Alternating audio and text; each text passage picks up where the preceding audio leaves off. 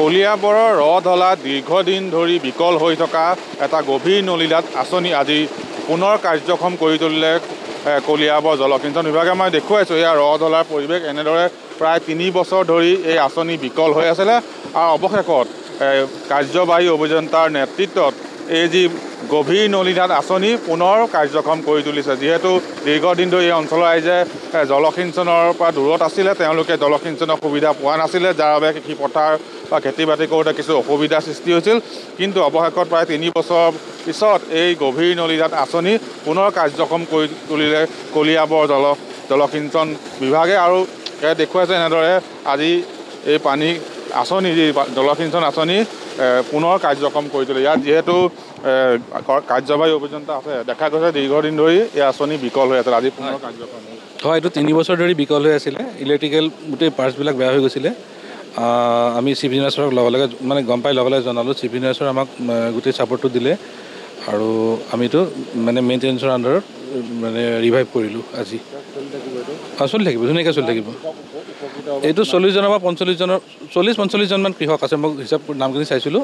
আৰু তেওঁলোক মাটিৰ পৰিমাণটো যদি চাওঁ 220 বিঘাৰ ওচৰত পানী পাব বুলি বিশ্বাস আছে। নিশ্চয়কৈ এই যি আঁচনি কাৰ্যক্ষম হ'ল, আপুনি ইয়াৰে হয়, এই আঁচনিটো বহুত দিন বেয়া হৈ আছিলে, আকৌ ভাল হ'ল, এতিয়া খেতি বাতি কৰিবলৈ সুবিধা হ'ল। এতিয়া যথেষ্ট সুবিধা পাওঁ। এইটো মাটিখিনি আমি মোৰেই, মই হেৰি অফিচক হেৰি দিছিলোঁ, আগবঢ়াই দিছিলোঁ। গতিকে বৰিং কৰিছে 90 চনত। 2001 চনৰ পৰা আমাৰ বিশ্ব বেংকৰ ৱৰ্ল্ড বেংকৰ হেৰি স্কিমতে আমি গভীৰ নলীনাদ এটা আঁচনি পাইছিলোঁ। সেইটো তেতিয়া ডিজেল পাম্প দি চলাইছিলোঁ।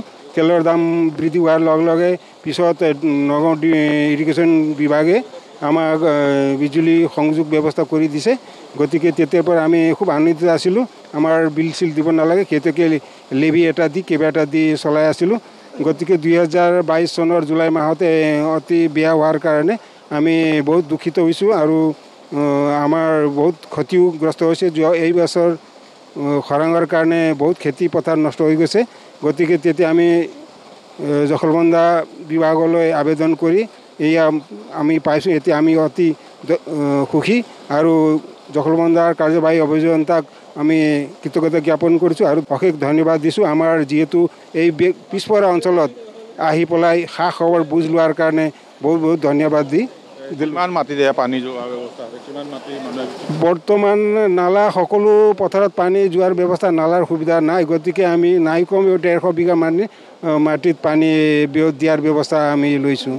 নিশ্চয়কৈ মই দেখুৱাইছোঁ এইটো গভীৰ নলীনাদ আঁচনি। এনেদৰে এই মুহূৰ্তত নলাৰে পানী কৃষি পথাৰলৈ গৈ আছে আৰু দীৰ্ঘদিন ধৰি প্ৰায় 3 বছৰ ধৰি এই যি আঁচনি বিকল হৈ আছিলে আৰু তাৰপিছত আজি পুনৰ কাৰ্যক্ষম কৰা হ'ল।